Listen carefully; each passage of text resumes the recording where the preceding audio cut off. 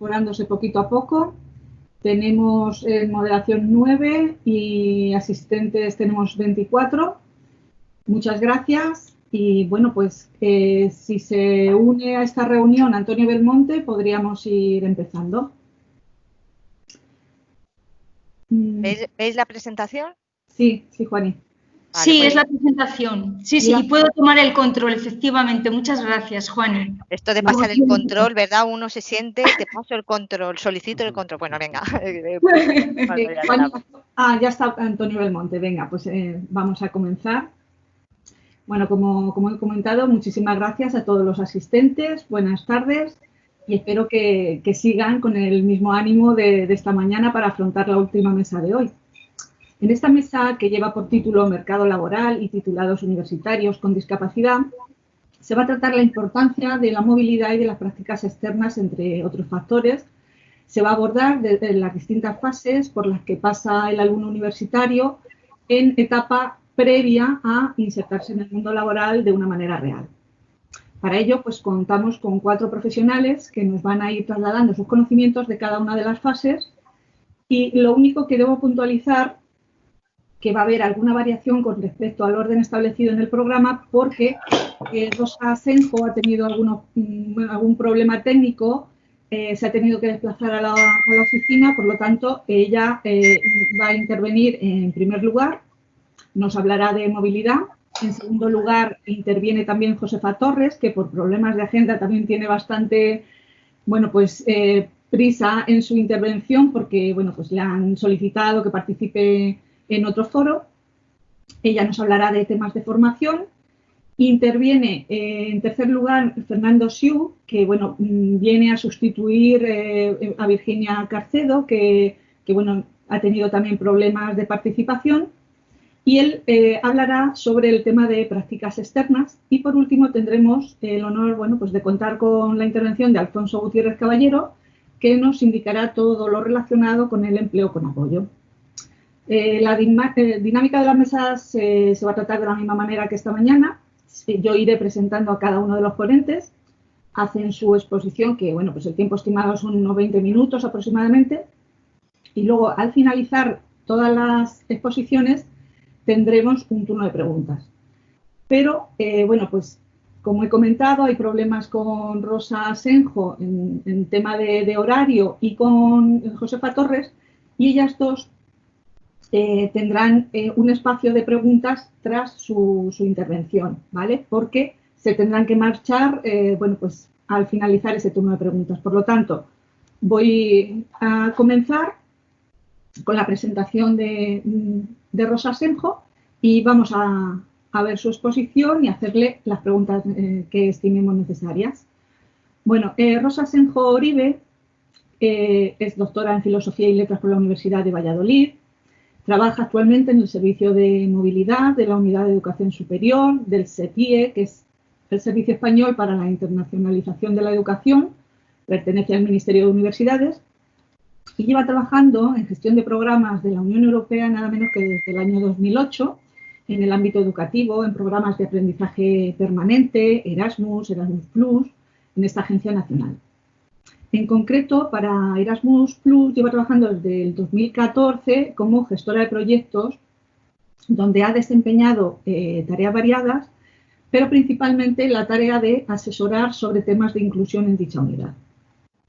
Es responsable también de gestión de las convocatorias de necesidades especiales, de proyectos de movilidad, entre países de programas específicos que ella misma os contará y concretará, y países asociados. Sin nada más, como ya tienes el control, ¿no?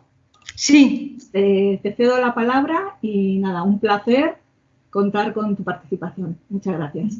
Muchísimas gracias, Carmen. Y bueno, en primer lugar, doy las gracias a la organización del curso por invitar al SEPIE a participar en esta mesa y por permitirme adelantar mi charla para evitar posibles problemas técnicos que estoy experimentando. En esta presentación, como has comentado, voy a dar una visión de la discapacidad en proyectos de movilidad de educación superior en el programa Erasmus+. Para ello, Voy a referirme brevemente al SEPIE como agencia nacional del programa Erasmus+. Voy a indicar la relación entre el programa Erasmus en su fase actual y la inclusión, para centrarme en los proyectos de movilidad en el ámbito de la educación superior, dando información sobre el apoyo a necesidades especiales que pueden solicitar los estudiantes y el personal con discapacidad que realizan movilidades, y comentando algunos datos de participación de estudiantes en las convocatorias que se han ido desarrollando entre 2014 y 2019. Finalmente, ofreceré algunos resultados y conclusiones parciales que dejan ver el trabajo que queda por hacer en este campo, y adelantaré algunas ideas que se están barajando con el nuevo programa Erasmus+ 2021-2027.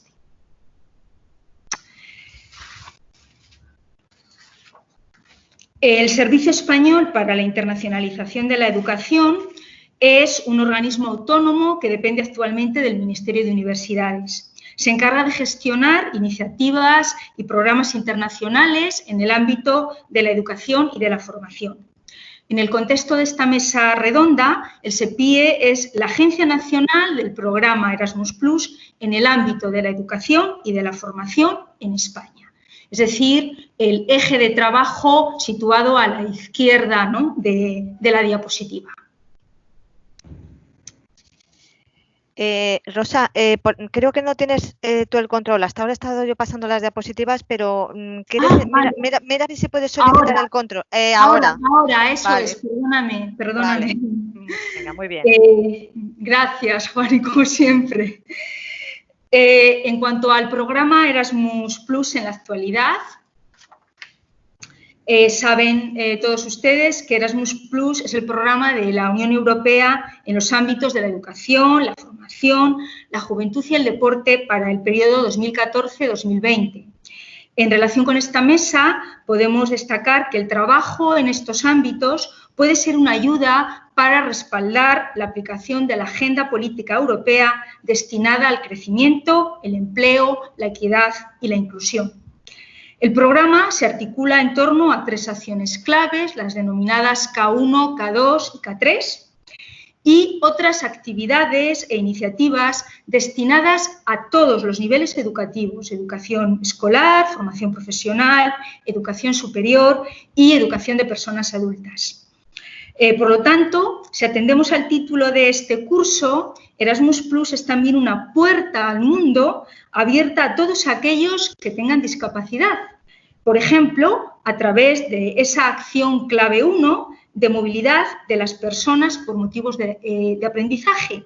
Movilidad que en educación superior se puede realizar tanto en Europa como en el resto del mundo, como diré también a continuación.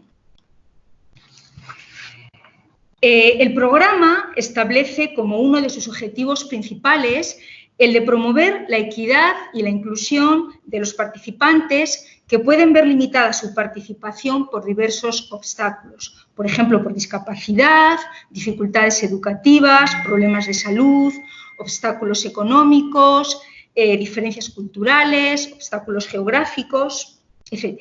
En esta charla nos centraremos en la cuestión de discapacidad, que se refiere en concreto a participantes con necesidades especiales. Veamos entonces algunos aspectos de los proyectos de movilidad de educación superior. Vamos a ver las características de esos proyectos, destacando las que enlazan con el tema de esta mesa. Así, en la proyección geográfica de la movilidad tenemos 2 tipos: la movilidad entre países del programa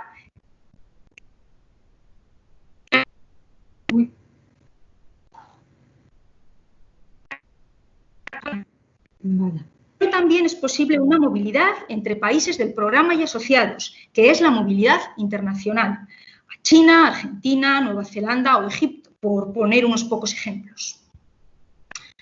En cuanto al marco educativo y formativo de esas movilidades, existen 2 tipos: las movilidades de estudios para estudiantes no titulados que realizan cursos en el extranjero, y movilidades de prácticas, también en el extranjero, para estudiantes titulados y no titulados, que se realiza en empresas en los países de acogida.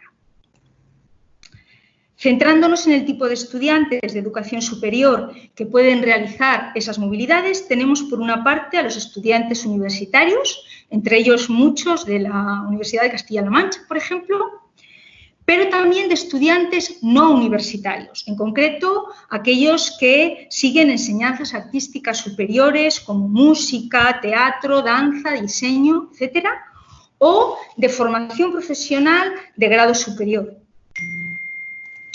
Por otra parte, en cuanto a la financiación que reciben las actividades de movilidad, existe una beca o ayuda ordinaria o estándar con fondos de la Unión Europea y el denominado apoyo a necesidades especiales, que también proviene de fondos comunitarios y que es una ayuda a la discapacidad.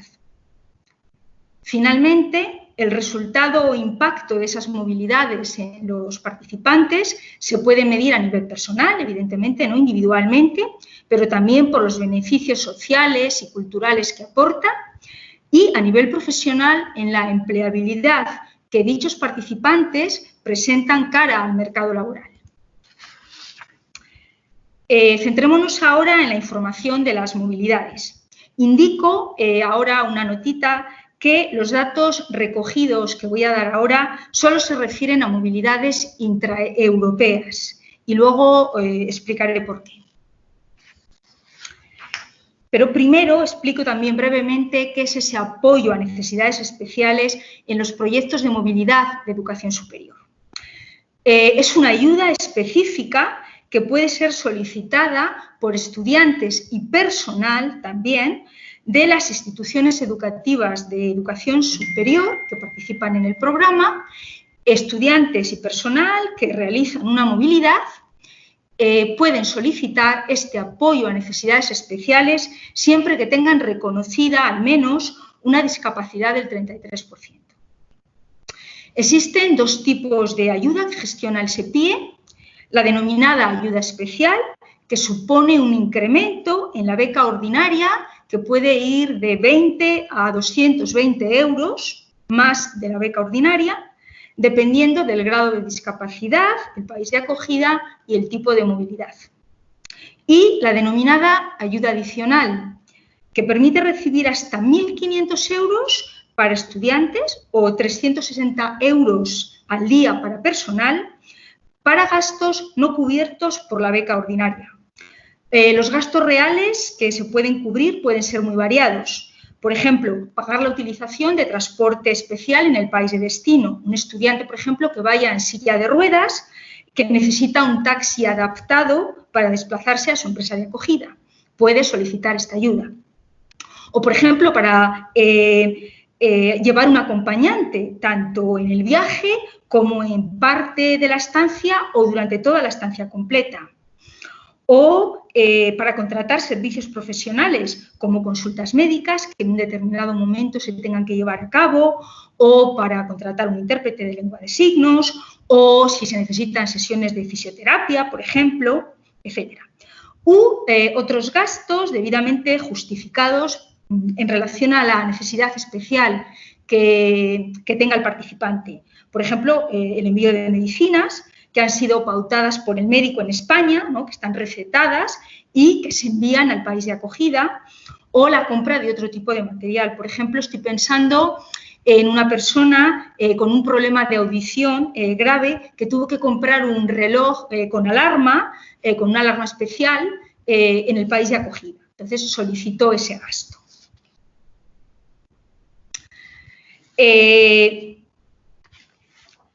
En este gráfico solamente me voy a centrar un momentito en el dato que aparece en azul, que se refiere al número de personas que han participado en esas movilidades, esos estudiantes o personal de instituciones educativas que han participado en movilidades y que han solicitado y recibido la ayuda por necesidades especiales en estos años. Vemos un incremento importante entre 2014 con 42 personas y 134 en 2019. Y en este otro gráfico tampoco me voy a parar, solamente muestra el presupuesto que se ha utilizado para dotar el apoyo a necesidades especiales en estos años. Esa línea azul indica el dato global de las ayudas, que vemos que se han incrementado también desde los casi 68.000 euros de 2014 para esos participantes, ¿no?, que había, esos 42 participantes, hasta los más de 404.000 euros en 2019 para los 134 que han solicitado la ayuda en la convocatoria de 2019. Entonces, en estas dos diapositivas, tanto en el número de personas que hemos dicho de 42 a 134, como en la financiación entre 2014 y 2019 de 68.000 a 404.000 euros, pues vemos que ha habido un incremento importante, interesante, digamos. Sin embargo, estos datos positivos pueden sufrir debido al impacto de la crisis de la COVID-19 en convocatorias no cerradas y en la que se inicia ahora en 2020. Esa es una cuestión a la que se han referido también esta mañana, ¿no?, en las mesas anteriores, y es verdad que el impacto que va a tener la COVID-19 en los proyectos de movilidad de Erasmus Plus va a ser importante, negativa, ¿no? Además, digamos que tenemos que poner en contexto este apoyo a la discapacidad en los proyectos de movilidad de educación superior. Centrándonos ya en las movilidades de estudiantes, doy una cifra de los datos globales desde que el programa comenzó en 2014 hasta 2019, aunque los datos no son cerrados. Han participado casi 240.000 estudiantes, y los estudiantes pueden ser universitarios y no universitarios, titulados y no titulados, ¿de acuerdo? Es el dato global del número de movilidades de todo tipo. En todo caso, de todas ellas, de esas 240.000 movilidades, solo 467, en la línea en amarillo, han solicitado y recibido el apoyo de necesidades especiales que el programa ofrece a estudiantes con discapacidad. Tengo que aclarar que esto no significa que solo 467 estudiantes que hicieron Erasmus tuvieran discapacidad, sino que solo 467 tuvieron esa financiación específica de necesidades especiales. Realmente no podemos saber cuántos estudiantes con discapacidad participan en Erasmus Plus si no solicitan financiación de necesidades especiales. En todo caso, extrapolando los datos, vemos que sería una participación muy baja, y estas cifras también están en línea con lo indicado esta mañana en las presentaciones, por ejemplo, por Francisco García Pascual o Sonia Viñas, ¿no? Ese 1,5%, pues en Erasmus Plus hay un 0,19% de participación de estudiantes con discapacidad que hayan solicitado necesidades especiales. Rosa, tengo que decir que unos 5 minutillos, 6 más o menos te faltarían, ¿vale? Por dar paso también a Pepa, que tiene problemas de horario. De acuerdo. Solamente en esta diapositiva diría que tenemos 4, de hecho, de recién titulados, que sería otro de los temas de la mesa. Solamente 4 titulados universitarios han hecho movilidades de prácticas en el programa Erasmus Plus. Bien. Vamos a ver entonces los resultados y conclusiones que podemos sacar de este periodo. La primera conclusión es evidente, es que el porcentaje de estudiantes y titulados con financiación de necesidades especiales que participan en actividades de movilidad es muy reducido, que por lo tanto hay que ampliar su participación. La segunda cuestión es preguntarse por qué hay una participación tan baja y cómo pueden mejorar estos datos. Y aquí presento rápidamente algunas medidas que se han tomado. Uno de los obstáculos para esta baja participación puede residir en el hecho de que muchas instituciones a nivel europeo, recordemos que este es un programa a nivel europeo, ¿de acuerdo?, no tienen suficiente experiencia gestionando proyectos en los que participen personas con discapacidad. Y la Comisión Europea publicó un documento con todo tipo de recomendaciones para ayudarlas. Por otra parte, también se ha considerado que se necesitaba acercar y difundir la inclusión. Y para ello, en el SEPIE se ha creado una página de inclusión dedicada exclusivamente a hablar del tema de la inclusión dentro del programa Erasmus+. Como ha comentado Carmen en mi presentación, yo soy asesora de inclusión en la Unidad de Educación Superior porque se han nombrado asesores de inclusión que ayuden a los beneficiarios de los proyectos a tratar de aumentar el número de participantes. Y cada nuevo programa se ha creado un grupo de trabajo en el SEPIE sobre la estrategia de inclusión que estará en línea con la estrategia de inclusión de la Comisión Europea cada nuevo programa. Para ayudar aún más, digamos, de una manera más práctica a los participantes, a todos aquellos que solicitan la ayuda de necesidades especiales, se ha creado una guía de necesidades especiales. Por otra parte, a lo largo de los años se han ido incrementando las ayudas que se reciben en concepto de ayuda especial y en el caso de la ayuda adicional, esos gastos reales a los que hacía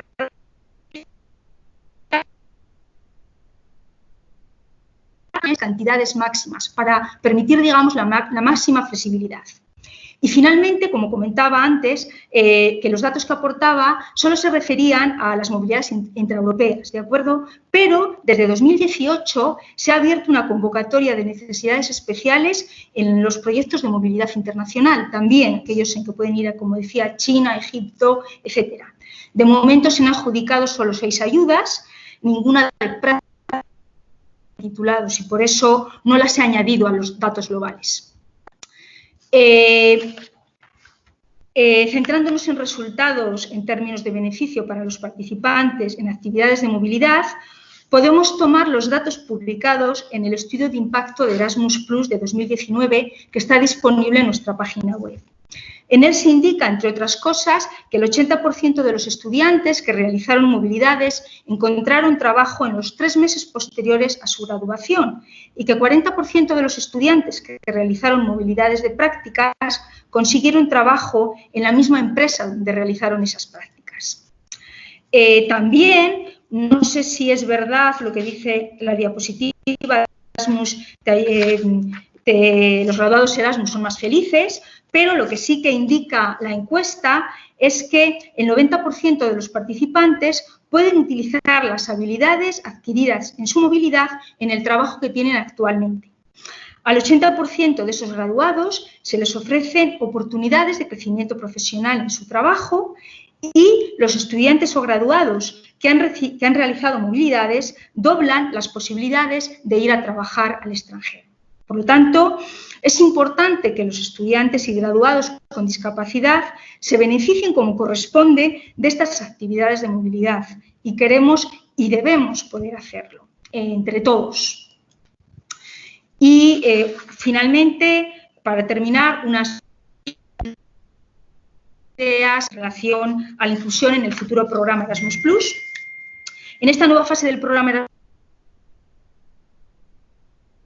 actual, en ese sentido, además de seguir trabajando para que los grupos con necesidades especiales y de entornos desfavorecidos que tienen ahora unas ayudas específicas incrementen su participación, se considera importante trabajar para que otros grupos débilmente representados actualmente, por ejemplo, los padres o las madres de familias monoparentales, tengan la oportunidad de beneficiarse de las actividades del programa. Algunas ideas que se han dado es que se permitirán movilidades de menor duración que las actuales, que se podrán combinar incluso con un periodo virtual para que los resultados del aprendizaje sean lo más completos e interesantes posibles.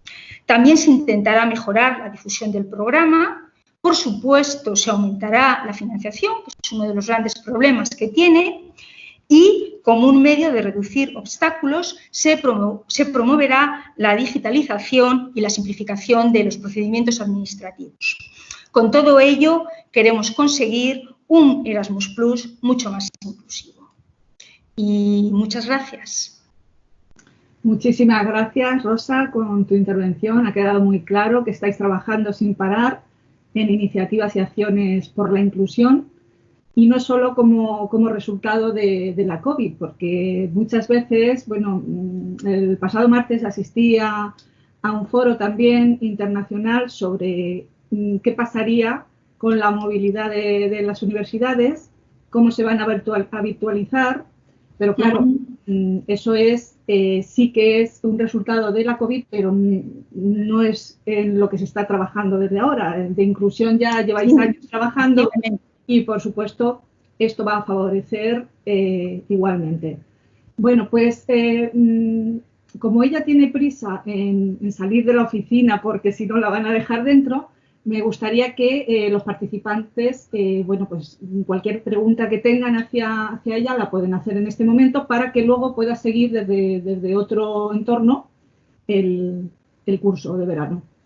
Pues nada, espero la participación, cualquier duda que tengan, que pueda ella aclarar. Si alguien quiere participar, con que conecte el micrófono, podría pasar. Si van levantando la mano. O si no pueden levantar la mano, por eso decía lo del micrófono, por el tema de los permisos. Aquí cualquier posibilidad por la que nos llegue la cuestión es bienvenida. Perfecto, perfecto.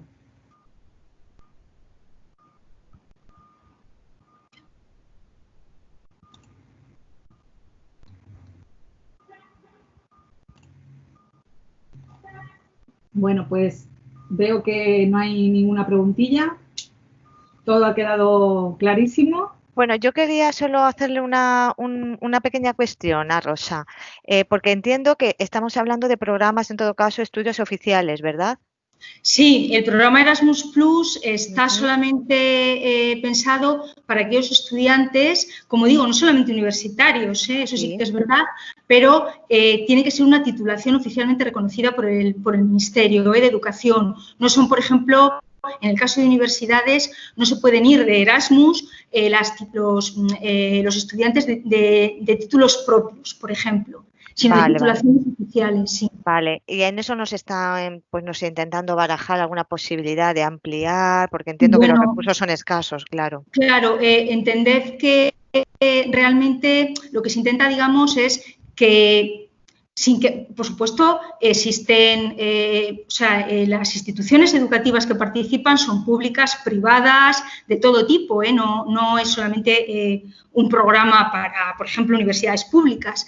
Pero es verdad que, digamos, para que el impacto sea el mayor posible, solamente se concentran en las titulaciones consideradas oficiales en cada país por el ministerio, por la autoridad educativa correspondiente. Entonces, no, en ese sentido yo creo que no se está ampliando, se busca ampliar de otras maneras, con otras estrategias, como decía, intentando llegar a otro tipo de participantes posibles que quizá han quedado un poco justamente excluidos, pero dentro de las titulaciones oficiales.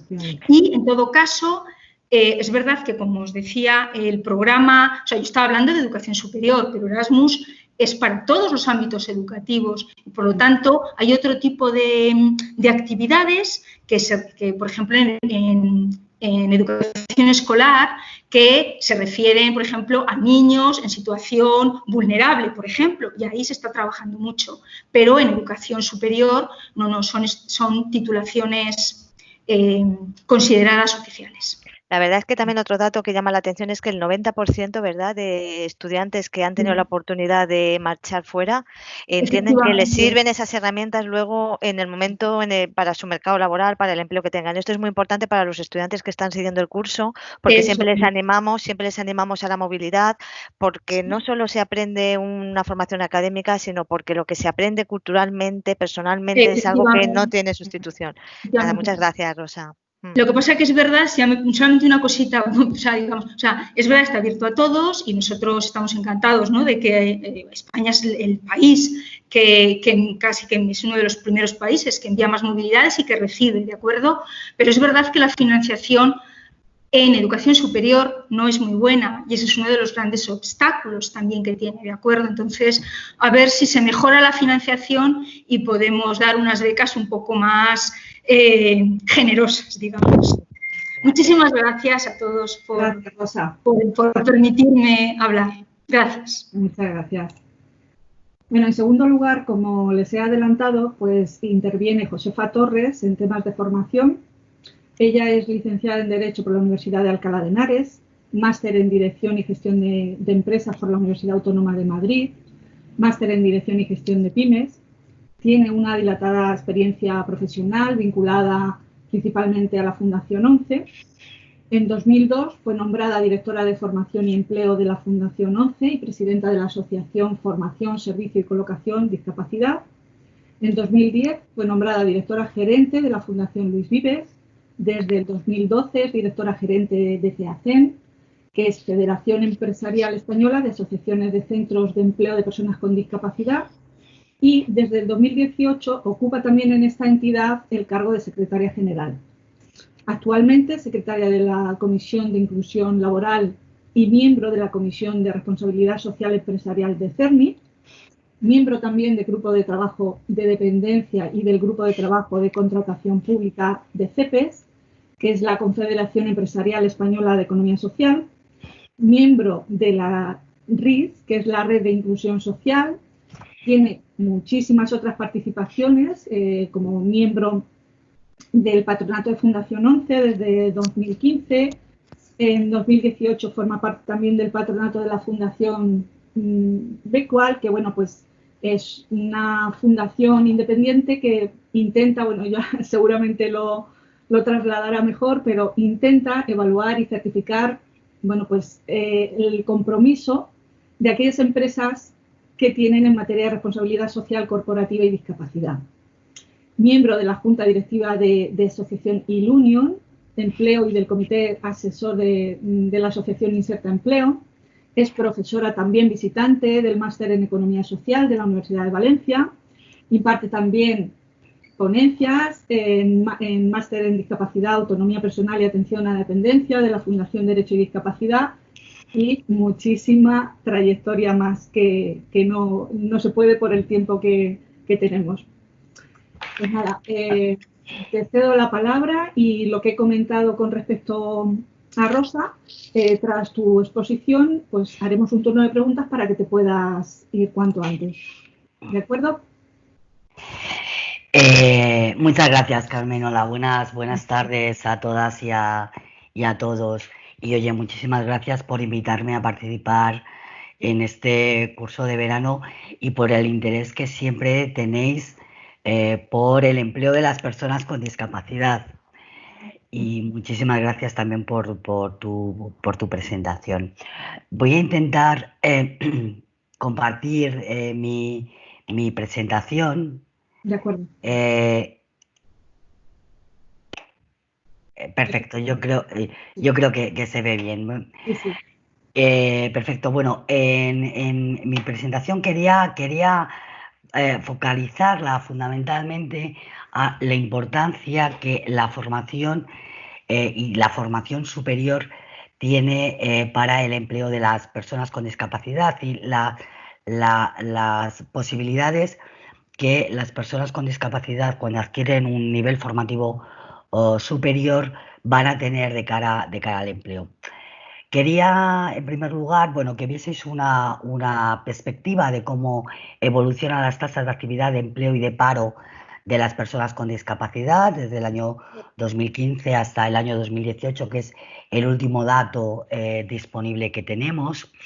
Y como podéis ver, pues bueno, ligeramente se va incrementando las tasas de actividad y de empleo y va disminuyendo algo la tasa de paro, pero desgraciadamente no conseguimos por muchos esfuerzos que se están haciendo alcanzar un equilibrio en la participación en el mercado de trabajo y seguimos con unos diferenciales de más del 30% porcentuales en lo que tiene que ver con las tasas de actividad y las tasas de empleo.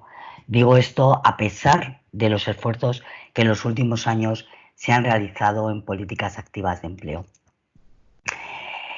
Las personas con discapacidad en edad laboral, si nos centramos en su nivel de formación, tenemos también un gap respecto a las personas sin discapacidad. Y así solo el 16,9% de las personas con discapacidad en edad laboral tendrían una formación superior, cuando en el colectivo de personas sin discapacidad este porcentaje se eleva al 35,2%. ¿Verdad que estamos más equilibrados en lo que tiene que ver con la educación secundaria y de formación y programas de inserción laboral? Estamos con un diferencial a nuestro favor, desgraciadamente, en lo que es la formación primaria y en el tema de las personas que son analfabetas, que afortunadamente esto se va reduciendo, ¿no? Pero aún así tenemos un diferencial. Bueno, como os decía, el 16,9% tendrían una formación superior. Pero esto en volúmenes absolutos, ¿qué supone? ¿Cuántas personas con discapacidad del casi 1.900.000 personas que están en edad laboral tendrían formación superior? Pues 321.000 personas tendrían formación superior de todo un colectivo que está en torno a 1.900.000 personas, ¿no? Como veis, os decía, el 16%, en términos absolutos estaríamos hablando de 322.000 personas prácticamente. La población con discapacidad que ha alcanzado estudios superiores está, sin embargo, es diferente en función de distintas variables. Por ejemplo, debe ser uno de los pocos indicadores donde las mujeres con discapacidad estamos en mejor situación que los hombres, y es que las mujeres con discapacidad, el 18,3% de las personas que tienen formación superior serían mujeres. Y luego, obviamente, el porcentaje también ronda el 18%, 17-18%, en torno en edades comprendidas entre los 25 y los 64 años. También hay una diferencia evidente en cuanto a la tipología de discapacidad, y así las personas con discapacidad auditiva, personas con discapacidad visual y personas con discapacidad física serían las personas que más titulación superior, dentro de las personas que tienen titulación superior, las más representativas.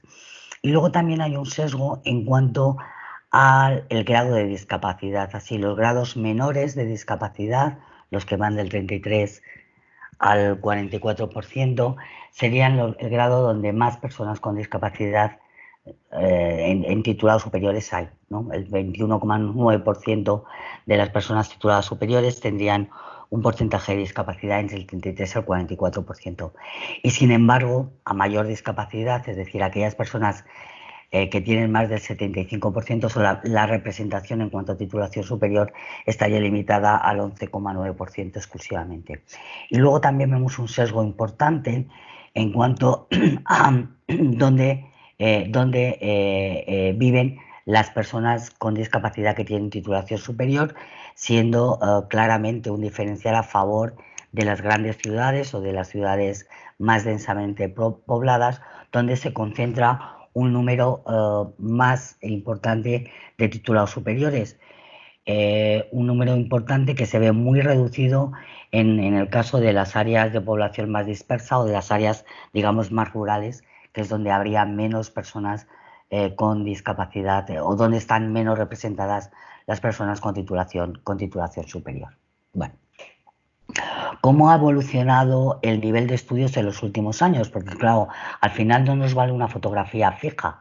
Necesitamos saber, necesitamos tener claramente identificado cómo va evolucionando el nivel formativo de nuestro colectivo, y si efectivamente, como los datos pueden indicar, se va incrementando el número de personas con discapacidad que tienen titulación superior. Aquí os he puesto una gráfica, nos iríamos a la línea azul, donde desde el año 2007 al año 2019 vemos que en las personas con discapacidad con titulación superior han pasado del 11,6% al 16,9%.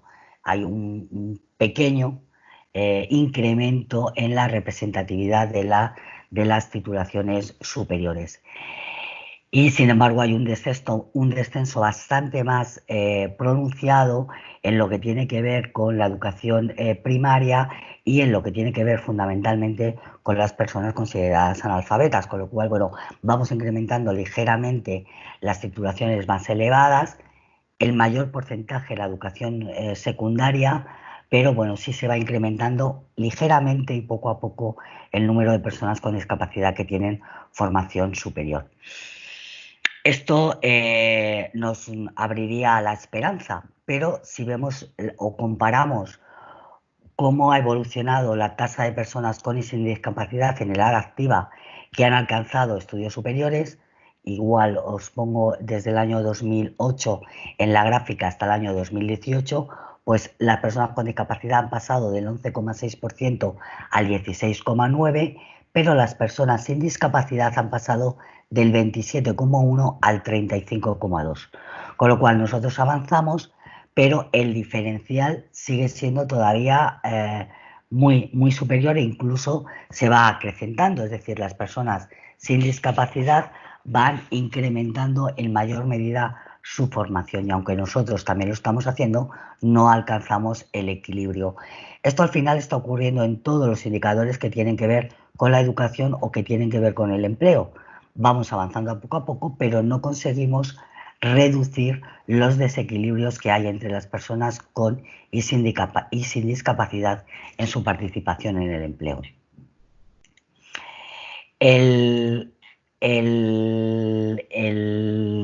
La situación de las personas con discapacidad que tienen titulación superior tiene un índice bastante considerable en cuanto a la tasa de actividad.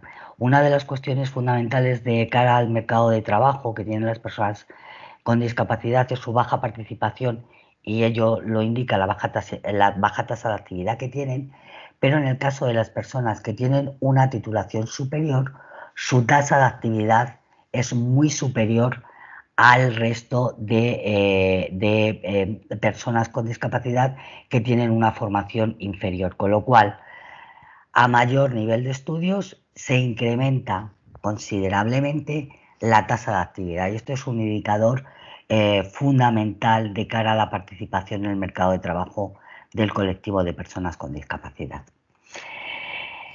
El nivel de estudios es un factor clave en cuanto a las personas también ocupadas, es decir, qué representan las personas con titulación superior en el número, en el volumen de personas con discapacidad ocupadas. Y entonces, de todas las personas con discapacidad que están ocupadas, el 30% serían personas que tienen una titulación superior. En el caso de las personas sin discapacidad, esto se incrementa al 43%. Pero aquí quería reseñar cómo la formación o el nivel de estudios alcanzados es un factor clave en las posibilidades de empleo, porque si las personas con estudios superiores representan prácticamente el 17% del colectivo de personas con discapacidad en edad laboral, sin embargo, en las ocupadas, las personas con titulación superior representan un 30%. Esto significa que quien tenga una formación superior tiene, lógicamente, y así lo demuestran los datos, una posibilidad de participación en el mercado de trabajo y de tener un empleo muy superior a la representación que tiene el colectivo de titulados superiores en el total de personas con discapacidad. Y este es un dato que nos tiene que llevar a la esperanza, porque si nuestro colectivo poco a poco va incrementando su nivel de estudios, esto va a hacer, bueno, esperemos, porque ya veremos cómo va el futuro del trabajo, que cada vez haya más posibilidades de que las personas con discapacidad tengan un empleo dado que van incrementando su nivel formativo.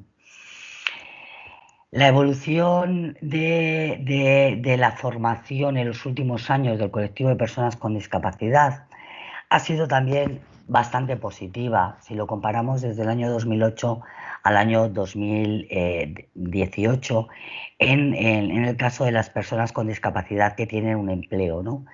Los niveles de formación inferior van perdiendo representatividad de manera progresiva a favor de los niveles formativos más elevados. De hecho, en las personas con discapacidad ocupadas, el nivel de estudios superiores se ha incrementado prácticamente más de 9 puntos porcentuales desde el año 2008 al año 2018. Esto también es una muy buena noticia, pero sin embargo, si analizamos no tanto las personas que están ocupadas, sino el nivel de contratación, el número de contratos que se hacen a las personas con discapacidad, vemos sin embargo que el mayor volumen de contratos se hace a personas que tienen un nivel formativo más bajo.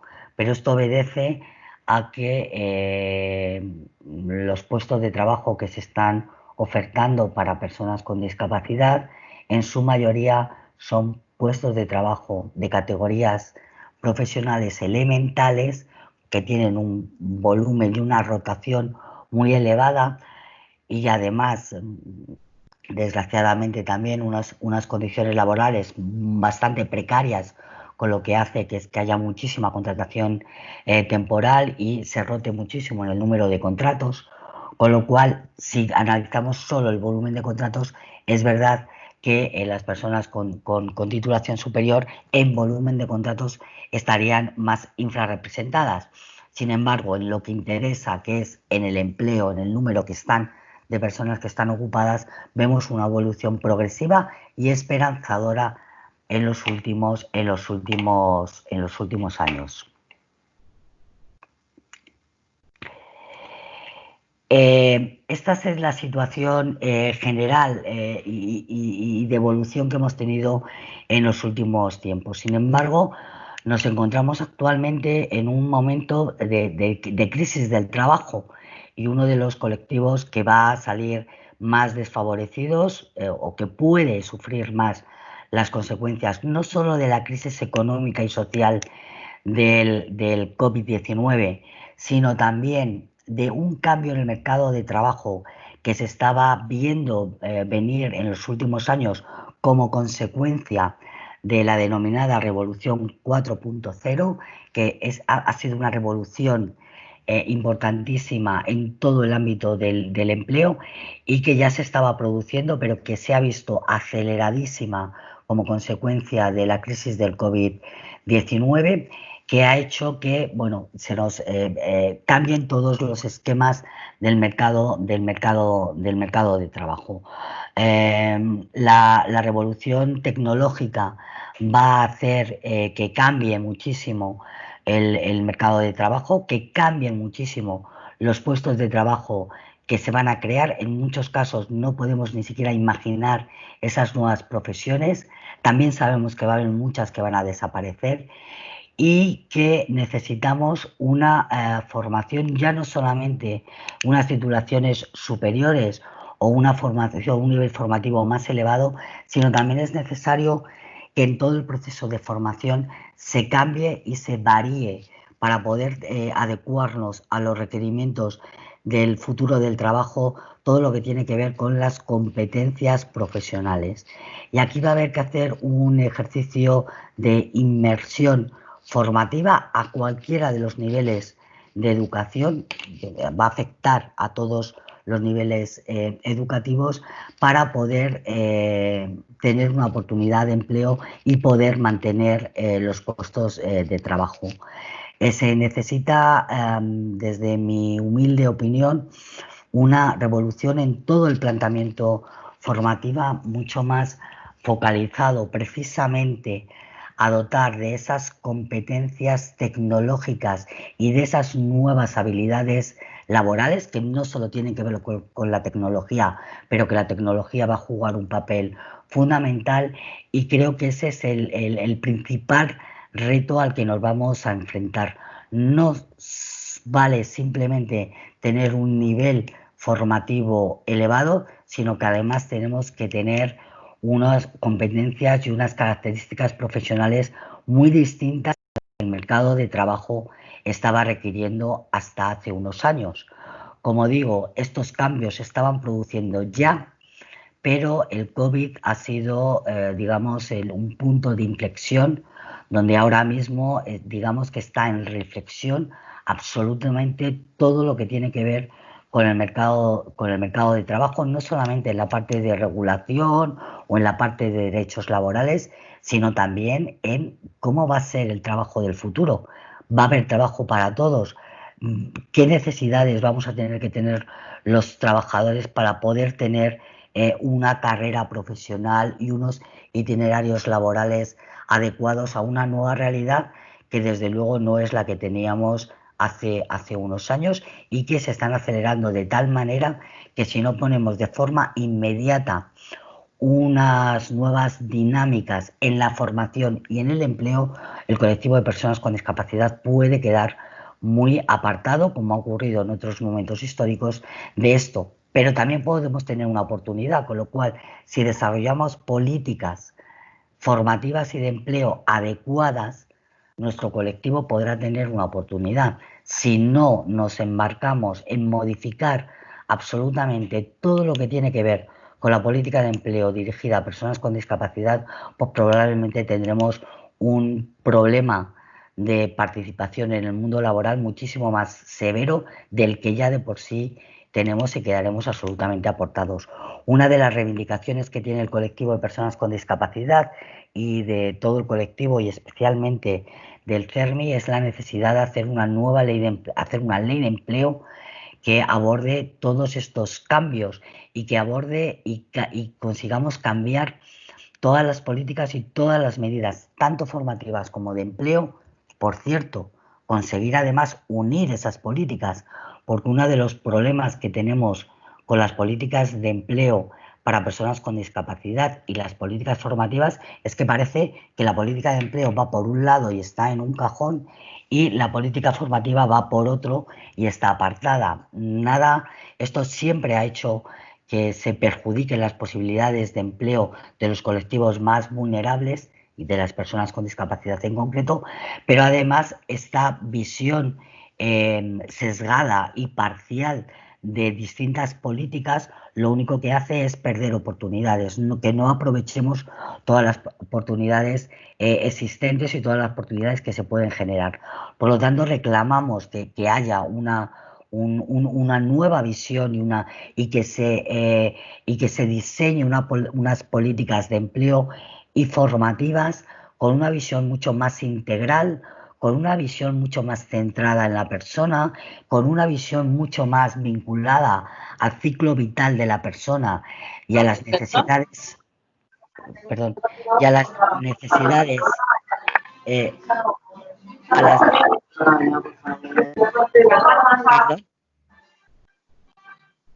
las necesidades, que va a requerir un mercado de trabajo diferente al que tenemos y que somos incapaces ahora mismo todos de imaginar cómo va a ser el futuro. Lo que sí es cierto es que el futuro solamente se va a construir si nos dotamos de instrumentos que nos permitan poner al colectivo de personas con discapacidad en las mejores condiciones para poder tener oportunidades. Y esto conlleva, como os decía, una visión y un diseño de las políticas con un enfoque integral, un enfoque integrado y un enfoque pensado en un itinerario no lineal, porque ahora mismo ya no hay itinerarios lineales, sino que se van a producir entradas y salidas del mercado de trabajo constantes, donde la formación en esos periodos va a ser fundamental para poder engancharnos a nuevas oportunidades de empleo. Lo lineal ya no tiene sentido y, sin embargo, todas las políticas están pensadas en esa clave de linealidad de la vida laboral y en esa clave de cada política, según el ámbito temático que tiene, va por su lado. Eso tampoco tiene ya ningún sentido. Hay que diseñar programas y hay que diseñar políticas integradas donde se tenga en cuenta todos los ámbitos, el ámbito social, el ámbito educativo y el ámbito de empleo. Yo, por mi parte, lo dejo aquí abierto a las preguntas que me queráis hacer. Muy bien, eso es. Has analizado todos los datos, lo has puesto en común, la trayectoria, la evolución. Has destacado, por supuesto, que el paro sigue acusando en las personas con discapacidad, pero que se sigue trabajando en esta línea, y has puesto sobre todo el tema que nos ocupa, que el empleo tiene que reformarse, que las políticas de empleo no deben seguir la trayectoria anterior, sino que tenemos que cambiar radicalmente de paradigma y bueno, pues seguir trabajando en ello. Cualquier pregunta de los asistentes se la pueden hacer ahora porque, como he comentado, tiene que marchar también.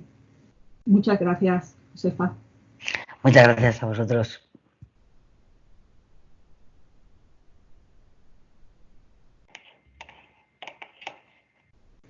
Juani. Me parece que levantaba la mano Juani.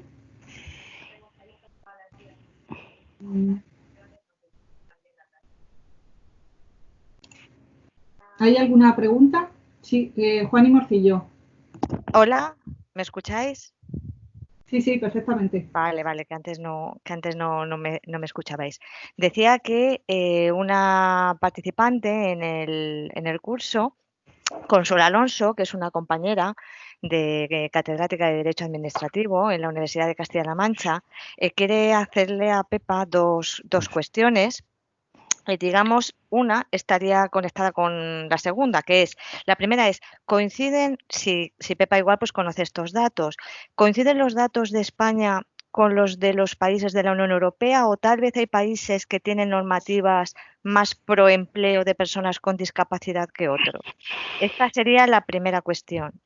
Y la segunda cuestión es si advierte Pepa que la contratación pública está incluyendo cláusulas sociales más allá de los mínimos que para el empleo de personas con discapacidad prevé la normativa vigente. Ahí es nada, Pepa. Ya, bueno, pues oye, muchísimas gracias por las dos preguntas que de verdad son muy interesantes. Voy a empezar por la segunda, si os parece. La ley de contratos del sector público del 2017 supuso un cambio fundamental en lo que tiene que ver con los enfoques de la contratación pública en las administraciones públicas. Y ahí hay dos cuestiones para nosotros fundamentales, una que tiene que ver con la reserva de contratación a centros especiales de empleo de iniciativa social, y otra para mí fundamental y que creo que además va a ser una palanca de cambio en el empleo, es la prohibición de contratación con la administración pública en caso de que no se cumpla la cuota de reserva, que como sabéis es que las empresas que tienen más de 50 trabajadores tienen la obligación de tener el 2% de trabajadores con discapacidad. Este para mí me parece un cambio fundamental en la ley de contratos y, como digo, una palanca que de futuro puede ser muy interesante. La realidad actual es que, bueno, esto se está poniendo en marcha muy poco a poco, no solamente esas dos cuestiones, sino todo lo que tiene que ver con las cláusulas sociales en la contratación pública, que desde luego es un cambio de paradigma tremendo en la contratación de la administración pública, pero está siendo muy lenta. Es verdad que la ley es del año 2017, entró en vigor en marzo de 2018. Nosotros tenemos mucha esperanza en que se desarrolle adecuadamente, pero es verdad que ahí tenemos un trabajo importante que hacer de sensibilización y de ayuda incluso a las propias administraciones públicas para que se tengan en cuenta las prohibiciones, los criterios sociales y las reservas. Muy poquito a poco. Es verdad que se nota interés por parte de las administraciones públicas, pero es verdad que estamos notando que va muy despacio y tenemos que trabajar conjuntamente con las administraciones públicas para darles apoyo y para fomentar efectivamente que se incluyan todo el tema de las cláusulas sociales y desde luego con el tema de la prohibición de contratación que se lleve a rajatabla y que no pueda entrar ninguna empresa en la contratación pública que no cumpla con sus obligaciones legales, ¿no? La segunda de las cuestiones es que en los países de la Unión Europea el tema del empleo es muy dispar, porque de hecho además se parte de unas situaciones muy distintas. La condición de persona con discapacidad no es homogénea en todos los países de la Unión Europea y además la evolución histórica de los países de la Unión Europea ha sido distinta en los distintos momentos históricos y también de otros países, como puede ser Estados Unidos, ¿no? Entonces hay países donde tienen muy avanzada legislación que tiene que ver con la lucha contra la discriminación, unas legislaciones muy potentes de igualdad de oportunidades y de lucha contra la discriminación, otras que tienen mucho más focalizadas en lo que son las medidas de políticas de políticas activas, las medidas de discriminación positiva, como puede ser España, y otros países que han tenido mucho más presente, un enfoque mucho más en la parte que tiene que ver con la protección social y que ahora están haciendo algunos movimientos que van más allá, más focalizados al derecho al empleo, que no solo al ámbito de la protección social. Como digo, los sistemas son muy dispares. Hay países que tienen cuota, países que no. Bueno, los sistemas son dispares y la manera de abordar el empleo de las personas con discapacidad ha sido diferente en los distintos países. Sin embargo, sí que notamos que en los últimos años la apuesta por el empleo de las personas con discapacidad se está haciendo un hueco muy importante en todos los países de la Unión Europea. Gracias. Muchísimas gracias. Si no hay ninguna pregunta más, pues nada, encantada, Josefa, como siempre, de tu intervención y te liberamos un poquito para que tú puedas asistir a tu compromiso. Oye, muchísimas gracias a todos y a todas y feliz curso de verano y muchas gracias por la invitación. Gracias. Hasta luego. Venga, hasta luego.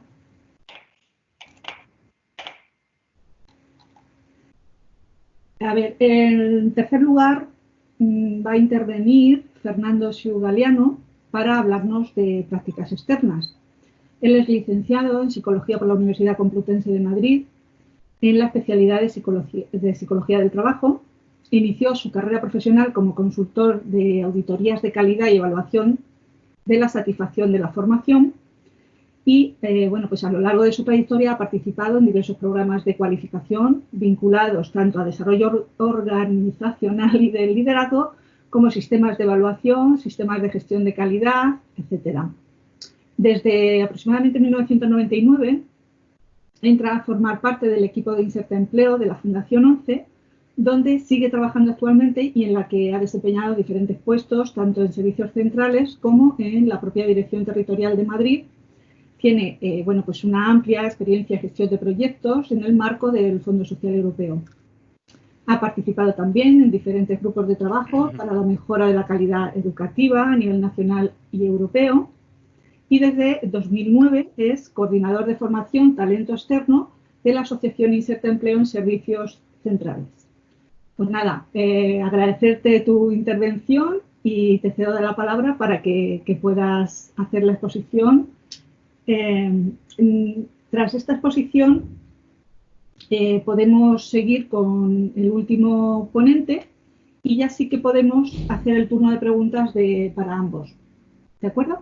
Pues sin más, Fernando, te doy la palabra. Perfecto, Carmen. Muchísimas gracias y muchas gracias a todas y a todas por la organización del curso y por permitirnos participar, lógicamente. Voy a compartir la presentación que tengo preparada y a partir de ella, pues, os voy comentando. Muy brevemente, quiero versar mi participación, mi intervención en dos grandes áreas, por así decirlo. Un primer marco legal que circunscribe la normativa en cuanto a las prácticas externas y cuáles son las principales características que se amparan en este modelo. Y luego comentaros en el último momento cuál es nuestra experiencia, cómo vemos nosotros que puede ser una oportunidad, lógicamente, para estudiantes universitarios y cuáles son los puntos fuertes de un modelo como este. Indicaros en primer lugar que, como decía Carmen, yo estoy marcado en Fundación 11, en Inserta Empleo. El objetivo principal de Fundación 11 consiste en la realización de programas de integración laboral, de formación y empleo para personas con discapacidad y la accesibilidad global, promoviendo de esta manera la creación de entornos, productos y servicios globalmente accesibles. Además de la propia ONCE como entidad fundadora, en la Fundación 11, a través de su patronato, que es el máximo órgano de gobierno, están presentes las principales organizaciones de personas con discapacidad de España. Desde Inserta Empleo, entidad vinculada a Fundación 11 para la ejecución de los programas de formación y empleo, se ejecutan gran parte de estos programas, determinación laboral, cualificación en competencias técnicas, talleres, emprendimiento, etcétera, etcétera, todos ellos vinculados con la actividad global de Fundación. Lo realizamos a través de la ejecución de diferentes programas operativos del Fondo Social Europeo, de la UAFSE en España, cofinanciados, lógicamente, tanto por la propia Fundación 11 como por el Fondo Social Europeo. Como os decía antes, el gran marco legal, y aquí ya mezclo también parte de lo que es la normativa de prácticas académicas de vuestra universidad, en la transparencia identificamos toda la regulación de la realización de prácticas académicas. Si bien nos vamos a centrar en la norma que regula las prácticas universitarias, que es el Real Decreto 592/2014 de 11 de julio, por el que se regulan las prácticas académicas externas de los estudiantes universitarios, creo que antes debemos hacer una pequeña mención a los derechos de las personas con discapacidad en las prácticas universitarias y la normativa general sobre discapacidad que está vinculado. En este sentido, dos de los principios que rigen todo el derecho de la discapacidad y los cuales se debe inspirar también cualquier actuación en esta materia son, en primer lugar, el principio de igualdad de oportunidades y, en segundo lugar, el principio de accesibilidad universal. Estos dos principios, lógicamente, están incluidos en las dos normas de cabecera de la discapacidad, como son la Convención de Derechos de las Personas con Discapacidad, concretamente en su artículo 3, y en el texto refundido de la Ley General de Derechos de las Personas con Discapacidad y de su inclusión social, concretamente en el artículo 3. En lo relativo a la norma general sobre discapacidad, la Convención sobre Derechos de las Personas con Discapacidad establece que sobre su educación, en el apartado 5 del artículo 24, nos comenta que los Estados partes asegurarán que las personas con discapacidad tengan acceso general a la educación superior, la formación profesional, la educación para adultos y el aprendizaje durante toda la vida sin discriminación y en igualdad de condiciones con los demás. A tal fin, los Estados partes asegurarán que se realicen ajustes razonables para las personas con discapacidad. Por una parte, esto es lo que indica la Convención, y en relación a la normativa general universitaria, lo que vamos a observar es lo dispuesto en su norma de cabecera, que es la Ley Orgánica de Universidades, aprobada en el año 2001 y que en 2007 tuvo una muy importante modificación. En ella podemos ver los derechos que se recogen a los estudiantes universitarios, señalando que tendrán derecho, y leo literalmente, a la igualdad de oportunidades y no discriminación por razones de sexo, raza, religión o discapacidad, o cualquier otra condición o circunstancia personal o social en el acceso a la universidad, en el ingreso a los centros, permanencia en la universidad y el ejercicio de sus derechos académicos. Además, entre otros, se contemplan las medidas de acción positiva, como comentaba antes Pepa, en tanto en cuanto en este ámbito a que las universidades promoverán acciones para favorecer que todos los miembros de la comunidad universitaria que presenten necesidades especiales o particulares asociadas a su discapacidad deben disponer, lógicamente, de los medios, apoyos, recursos que aseguren la igualdad real y efectiva de oportunidades en relación con los demás componentes de la comunidad universitaria. En lo relativo ya más concretamente a las prácticas externas como tal, el Real Decreto 1393 de 2007 de 29 de octubre, por el que se establece la ordenación de las enseñanzas universitarias oficiales, pone un especial énfasis en la realización de prácticas externas por los estudiantes universitarios, previendo que los planes de estudio de grado deben contener toda la formación teórica y práctica que el estudiante debe adquirir, entre las que se mencionan las prácticas externas. Y si se programan prácticas externas, estas tendrán una extensión máxima de 60 créditos y deberán ofrecerse preferentemente en la segunda mitad del plan de estudios. Debemos citar también, por último, al Estatuto del Estudiante Universitario. Este estatuto reconoce el derecho de los estudiantes de grado a disponer de la posibilidad de realización de prácticas, curriculares o extracurriculares en esta ocasión, que podrán realizarse en entidades externas y en los propios centros, estructuras o servicios de la universidad, según la modalidad prevista y garantizando que sirvan a la finalidad formativa de las mismas y contar con la tutela efectiva académica y profesional de la universidad, por supuesto. En dicho estatuto, además, podemos encontrar varias disposiciones referidas a la discapacidad, como por ejemplo en el artículo 4 o en otros artículos en el que se establecen que todos los estudiantes universitarios, independientemente de procedencia, tienen el derecho a que no se les discrimine por varias razones. Una de ellas es, por tanto, su razón de discapacidad. Como decíamos antes, la norma que regula, el marco general que regula las prácticas universitarias es el Real Decreto 592/2014 de 11 de julio, por el que se regulan las prácticas académicas externas de los estudiantes universitarios y cuyo objetivo es el desarrollo de la regulación de las prácticas externas de los estudiantes universitarios, como se indica en su artículo 1. Según este Real Decreto... Perdona, sí. Fernando, que interrumpa. Miriam, dale paso a Carlos y descansa que... Ay, voy muy rápido, quizá. No por ti, sino porque ella lleva ya bastante tiempo. Si puedes darle paso tú, Miriam, a Carlos, si no te importa. No, estuvo Carlos, Carmen. Es Miriam ahora la que le sustituye a él. Ah, vale. Disculpa, me había hecho... Disculpa, Fernando. Dejamos descansar a Carlos un rato más todavía. Procurar ir más despacio de todas maneras, Miriam, lo siento. Hasta luego. Vale. Como os decía, gracias, muchas gracias, Miriam. Como os decía, según este Real Decreto, la definición de prácticas externas la podemos encontrar en su artículo 2 como las prácticas externas constituyen una actividad de naturaleza formativa realizada por los estudiantes universitarios y supervisada por las universidades, ya hemos visto antes algo de ello, cuyo objetivo es permitir a los mismos aplicar y complementar los conocimientos adquiridos en su formación académica, favoreciendo la adquisición de competencias que les preparen para el ejercicio de actividades profesionales, que faciliten su empleabilidad y que fomenten su capacidad de emprendimiento. Los objetivos, por lo tanto, de la realización de las prácticas académicas externas, con la realización de las prácticas, mejor dicho, se pretenden alcanzar estos objetivos.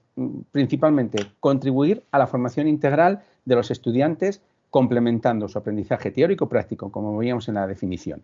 Por otro lado, también facilitar el conocimiento de la metodología de trabajo adecuada a la realidad profesional en que los estudiantes habrán de operar, contando, contrastando y aplicando los conocimientos adquiridos. Pepa antes nos hacía una referencia a que el mundo de las ofertas de empleo, los perfiles profesionales están cambiando de una manera súper ágil. La mejor manera, lógicamente, de contrastar o de adecuar la formación teórica adquirida en la universidad con la necesidad real de las empresas, pues también viene siendo a través de estos procesos de prácticas. En tercer lugar, favorecer el desarrollo de competencias técnicas, metodológicas, personales y participativas que el entorno de prácticas permite. En cuarto lugar, obtener una experiencia práctica que facilite la inserción en el mercado de trabajo y mejore su empleabilidad futura. Y por último, el favorecer los valores de la innovación, la creatividad y el emprendimiento en los alumnos participantes. En base a la regulación nos podemos encontrar con dos tipos de prácticas académicas. Las prácticas curriculares, que se configuran como actividades académicas integrantes del plan de estudios del que se trate, y las prácticas extracurriculares, que son aquellas que los estudiantes podrán realizar con carácter voluntario durante su periodo de formación y que, aun teniendo los mismos fines que las anteriores, que las prácticas curriculares, no configuran, no forman parte del correspondiente plan de estudios. ¿Cuánto deben durar unas prácticas? Pues lo señalábamos antes también, las externas curriculares tendrán la duración que establece el plan de estudios correspondiente en los términos que establece el Real Decreto 1393/2007, por el que se establece que no pueden tener más de 60 créditos, como máximo 60 créditos. Y lo que son las prácticas externas extracurriculares deben tener una duración preferentemente no superior al 50% del curso académico, sin perjuicio, lógicamente, de lo que fijen las propias universidades y procurando siempre el aseguramiento del correcto desarrollo y el seguimiento de las actividades académicas del estudiante. Todas las prácticas, por otra parte, deben encuadrarse dentro de un proyecto formativo en el que se concreta la realización de cada práctica académica, fijando los objetivos educativos y las actividades a desarrollar. Los objetivos se deberán establecer considerando, lógicamente, las competencias básicas, las genésicas y las específicas que debe adquirir el estudiante durante su fase de prácticas, e igualmente los contenidos de las prácticas se definirán de forma que aseguren la relación directa de las competencias a adquirir con los estudios cursados, por supuesto. En todo caso, se procurará siempre que el proyecto formativo se conforme siguiendo los principios, por supuesto, de inclusión, igualdad de oportunidades, no discriminación y accesibilidad universal. Por otra parte, es muy importante tener en cuenta que el cauce para la realización de las prácticas siempre deben ser los convenios de cooperación educativa. Estos convenios deben establecerse por parte de las universidades o, en su caso, las entidades gestoras de prácticas a ellos vinculadas, y serán suscritos con las entidades colaboradoras previstas en el Real Decreto. Empresas, instituciones, entidades públicas y privadas a nivel nacional o internacional, y deberán fomentar, lógicamente, que éstas sean, vinculadas con lo que estamos comentando, accesibles para la realización de prácticas de estudiantes con discapacidad, procurando siempre la disposición de los recursos humanos, materiales y tecnológicos necesarios que aseguren la igualdad de oportunidades. Entre los deberes y los derechos de los estudiantes en prácticas, vamos al artículo 9, nos encontramos dos derechos reconocidos concretamente a las personas con discapacidad. El derecho de disponer de los recursos necesarios para el acceso de los estudiantes con discapacidad a la tutela, a la información, a la evaluación y al propio desempeño de las prácticas en igualdad de condiciones. Y, por otro lado, a conciliar, en el caso de los estudiantes con discapacidad, la realización de las prácticas con aquellas otras actividades y situaciones personales derivadas o conectadas con su situación de discapacidad.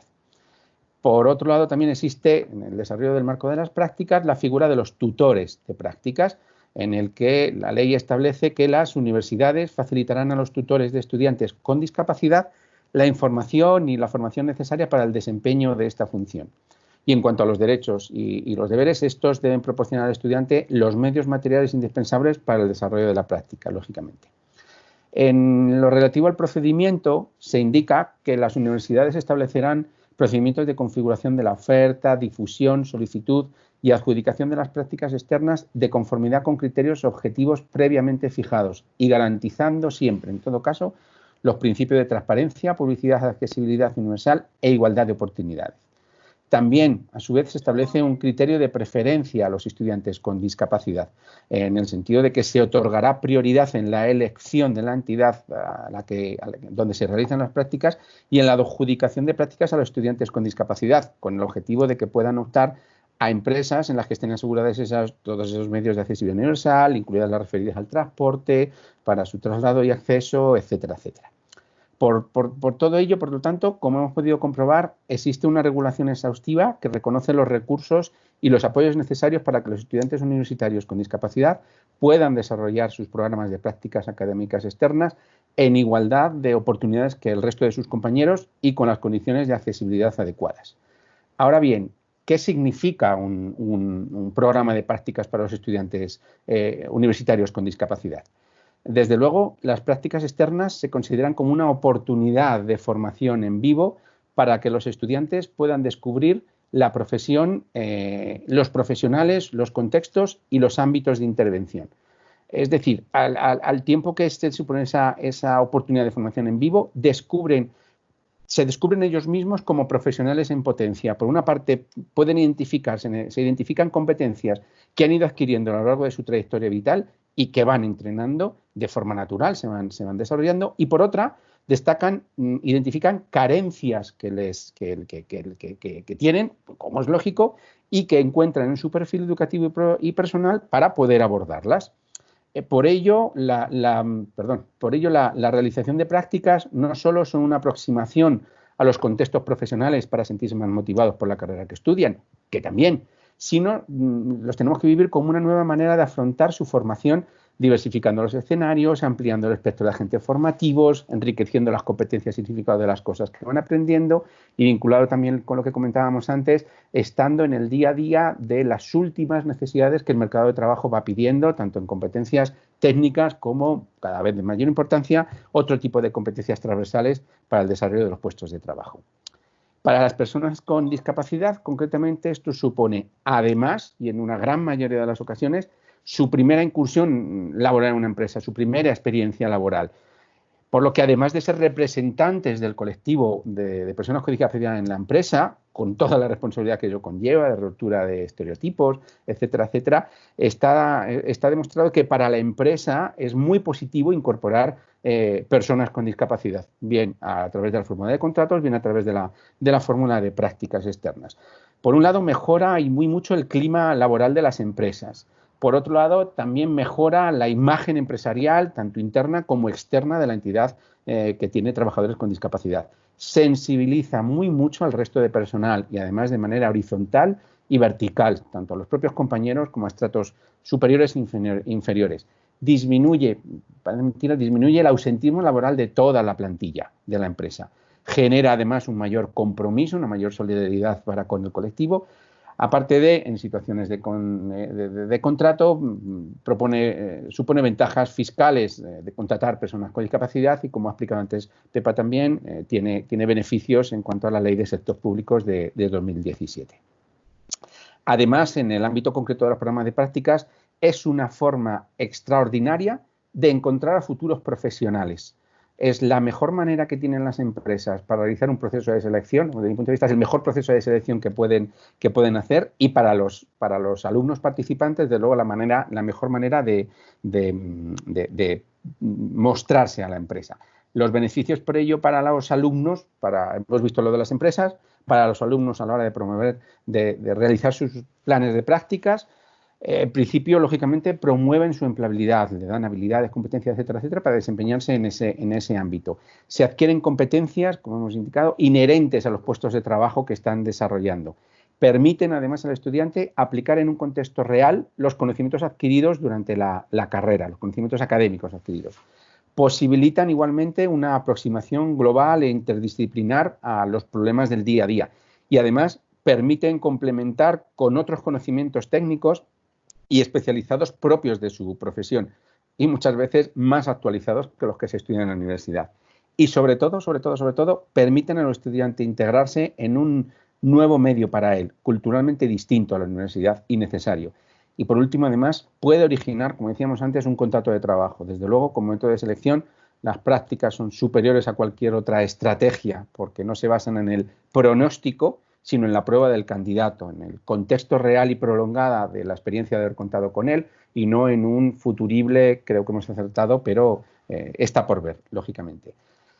Nosotros, como Fundación ONCE, desarrollamos prácticas concretas para la identificación de estudiantes con discapacidad, que tienen que desarrollar prácticas facilitando tenemos un tejido una red en el que, en contacto con las diferentes universidades y facultades y en contacto con el tejido empresarial del territorio nacional, cruzamos las necesidades que puedan tener de ubicación los alumnos con las potenciales empresas de acogida, y además desarrollamos otro tipo de experiencias, algunas incipientes, otras no tanto, como prácticas en el extranjero, o con un proyecto que hemos desarrollado con la UNED, que llevamos desarrollándolo 3, 4 o 5 años, en el que lo que hacemos es desarrollar prácticas virtuales para aquellos estudiantes de la UNED, en el que su dispersión geográfica, os podéis imaginar, es tremenda y pueden estar desarrollando sus estudios en cualquier parte del territorio nacional. Les localizamos o facilitamos la localización de entidades que los acogen como alumnos virtuales. Realizan todo el proceso de prácticas a través de teletrabajo, que ahora nos suena muy familiar desde hace 3, 4 meses, pero hace 3, 4 o 5 años esto era una absoluta novedad y nos costó mucho convencer a las empresas, convencer a los alumnos. La UNED no, porque estaba convencida, pero a los otros 2 agentes sí, y desde luego está siendo un éxito. No quiero extenderme mucho más, disculpadme si me he pasado un poco del tiempo, os agradezco muy mucho, lógicamente, la participación. Y bueno, pues como decías, Carmen, si quieres alguna pregunta, lo dejemos para cuando termine Alfonso su intervención. Muy bien, me ha parecido muy ilustrativa tu intervención. Has puesto sobre la mesa todos los detalles de la normativa. ¿Qué opinan también los agentes involucrados, los beneficios? Pero yo personalmente quería preguntarte, ya sabemos que tienen beneficios las empresas, pero ¿estas empresas son conscientes de que tienen esos beneficios?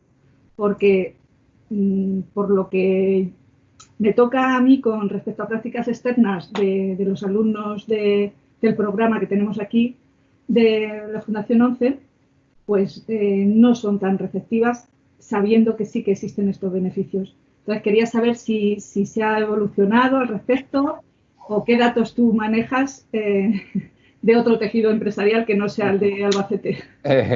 A ver, se ha evolucionado, pero ocurre como las gráficas que mostraba Pepa, en el que la evolución ha ido hacia arriba o hacia abajo en este caso, hacia una mayor sensibilización, información, etcétera, etcétera.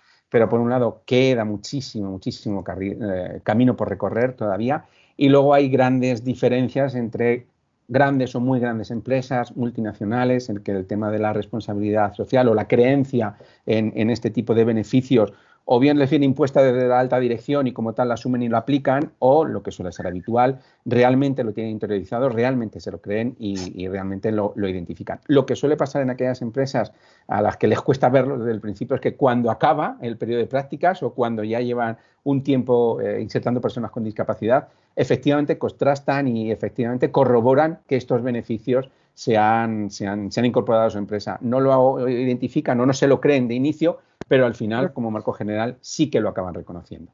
Muy bien.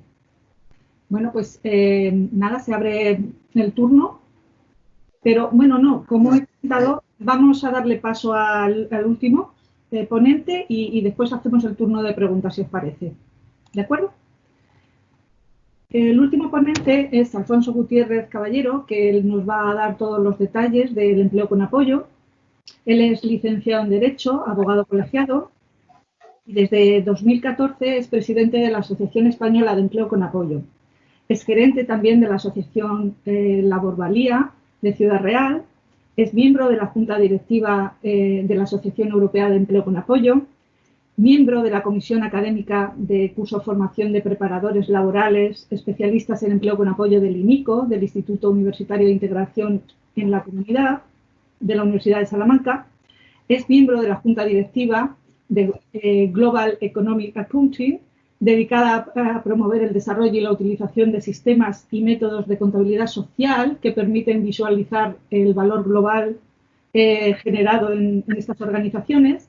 Es experto en monetización del valor social, es decir, otra vez, de cómo medir ese valor social, y es experto en discapacidad y prevención de riesgos laborales. Como he comentado, él hará su exposición y después haremos el turno de preguntas para los últimos dos ponentes. De acuerdo, pues cuando quieras, Alfonso. Bueno, pues nada, muchísimas gracias por invitarnos a participar. ¿Se oye? No sé si puedo subir una presentación, si os parece. Sí. Vale. Una pequeña, solo para seguir de guía. Bueno, voy a probar. Un segundo, la comparto. Y aquí... Bueno, no encuentro ahora mismo, no se me abre para poder abrirlo, pero bueno, la comento porque es poco, son solo unas líneas de... a mí sí se me ve ahora, vale, perfecto. Desde la Asociación Española de Empleo con Apoyo, pues nosotros es una entidad formada por 100 entidades que trabajan con personas con discapacidad en España y que utilizan la metodología del empleo con apoyo como herramienta común a todas ellas. A través del empleo con apoyo, lo que se pretende es buscar la integración laboral de las personas con discapacidad en las empresas ordinarias, es decir, en el mercado normalizado.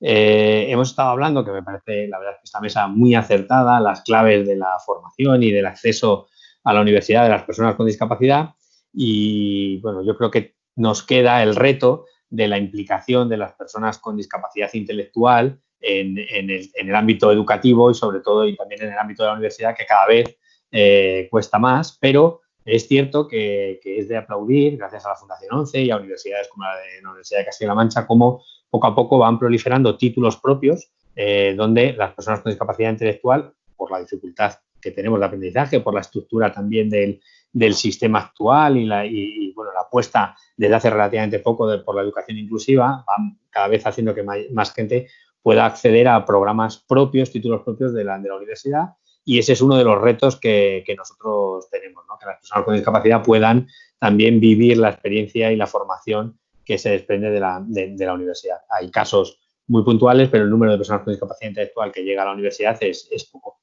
Y lo que sí hacemos, bueno, pues el trabajar el empleo, y para ello los datos que ha presentado Pepa del estudio de Odismet, pues la verdad es que son muy interesantes. Se está trabajando mucho y ha cambiado mucho, sobre todo